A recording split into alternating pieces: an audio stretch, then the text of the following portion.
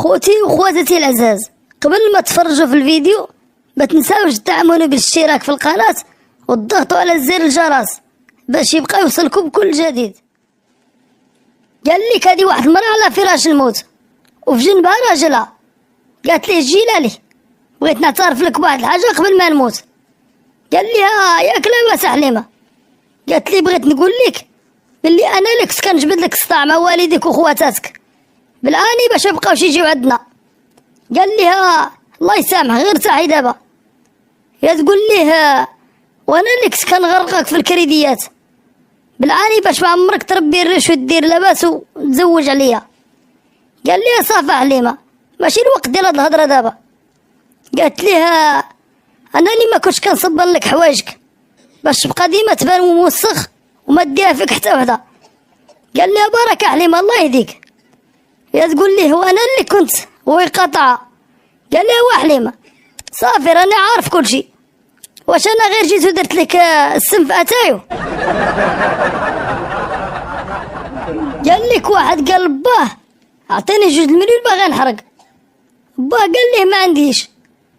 ناض سلخ باه مشى باه تسلفها وعطاه حرق بها.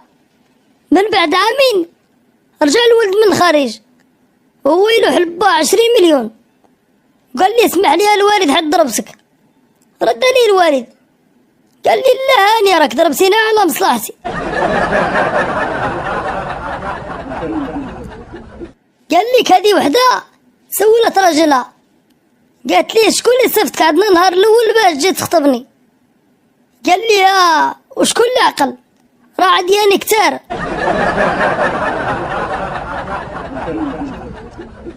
قال لك واحد المدير ديال المدرسه جرى على واحد تلميذ قال لي ما ترجع هنا الا وشي معك ولي امرك.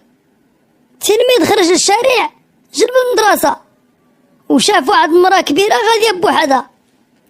قال لي الحاج عافاك المدير جرى عليا وقال لي ما ترجع الا وشي معك ولي امرك. قال لي واش ممكن تمشي معايا للمدرسه ونقول ليه بلي انت امي؟ الحاجه فيها النخوه والفزعه وافقت على الطلب. مشاو عند المدير وقال التلميذ للمدير راني جبت لك معايا امي.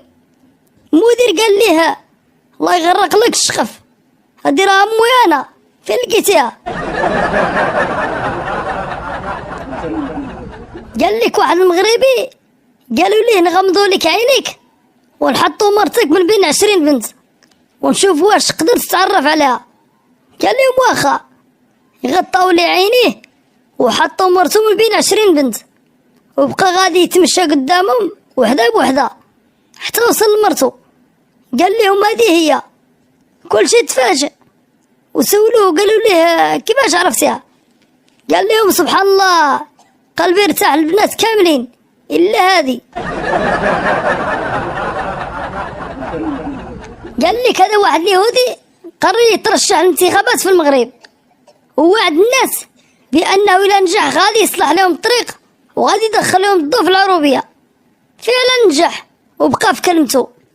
عاود ترشح ووعد الناس انه الى نجح غادي يخدم الشباب وغادي ينقص من الاثمنه ديال المواد الاكثر استهلاك. فعلا صدق في كلامه. داز 5 سنين وقال للناس انا الى نجحت هاد الخطره غادي ندير لكم واحد المفاجاه كبيره. السيد نجح. تجمعوا ليه الناس قالوا ليه شنو هي هاد المفاجاه؟ قال لهم انا نويت بغيت نولي مسلم بحالكم. وهما يجاوبوه قالوا لي لا لا ما ديرهاش بقى غير يهودي احسن. قال لك واحد البنت جا عند ابوها قال لها بلغتي. البنت حشمات وحمارت وقالت ليه ايه بابا ذاك العام صمتو كامل ما رديتيش البالو. قال لها واعطيني بلغتي نمشي للجامع الله يتبعك هالبلا. قال لك هذا واحد السيد عنده ولد غليظ شرى ليه بيكالا باش يضعف ولكن عاد زاد غلاظ. تبعو باه لقاه تيكريها وكيشري الشاورما والرايب. قال لك هذه واحد المرة ركبت الطاكسي وجلست مرا الشيفور كل شوية تمدلو يديها وتعطيه لوزة، هو يقول لها بارك الله فيك الحاجة، وهي تعطيه في اللوز هو ياكل. واحد شوية سولها قال لها الحاجة اسمح لي نسولك، قالت ليه مرحبا. قال لها انت بني ما كتقدريش تاكلي اللوز علاش شريتيه؟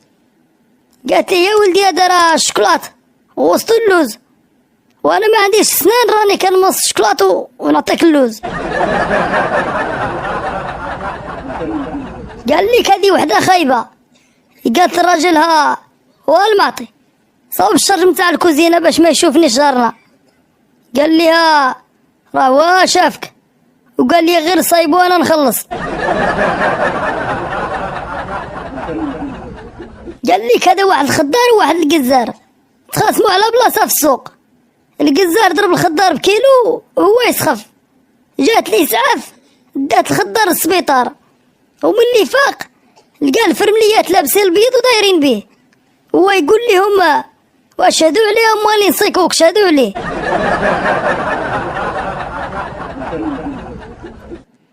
قال لك هذا واحد رجع لدارهم وجاب معاه وحده خايبه، شاف سامو وقالت ليه منين جبتيها؟